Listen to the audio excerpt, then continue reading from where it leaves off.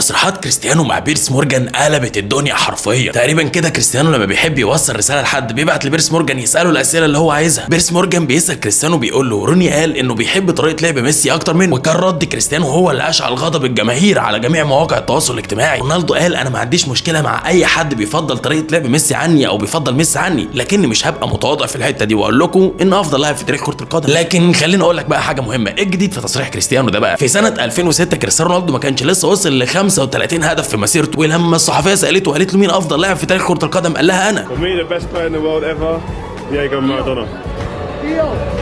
يعني دي حاجه احنا عارفين عن كريستيانو من اول ما بدا. ايه الجديد بقى اللي يخلي الجميع كله يغضب من الموضوع ده؟ خليني اقول لك ان سبب غضب الناس هو ان ميسي لما بيتسال عن كريستيانو بيقول لهم ان افضل لاعب في التاريخ كريستيانو رونالدو بجانبي. وهنا بيكمن السر، ان ميسي عمره ما بيقلل من كريستيانو، لكن كريستيانو ما بيقللش برضه من ميسي، ده بيقول ان انا افضل لاعب في تاريخ كره القدم. خليني اقول لك بقى ان كان في مقابله النهارده مع ايمن الكاشف المعلق الرياضي المصري، لما سالوا المذيع وقال له انت شايف نفسك افضل معلق رياضي في مصر، قال لهم ايمن الكاشف افضل معلق مصري محليا. لو قلت حد محليا وعربيا وعالميا بس دي كل حاجه كنت عايز اوصلها لك، ان في الاخر دي حريه شخصيه. قول لنا بقى في الكومنتات هل تتفق مع كريستيانو رونالدو ولا لا، وما تنساش تحمل تطبيق الكوره من اللينك اللي في البايو.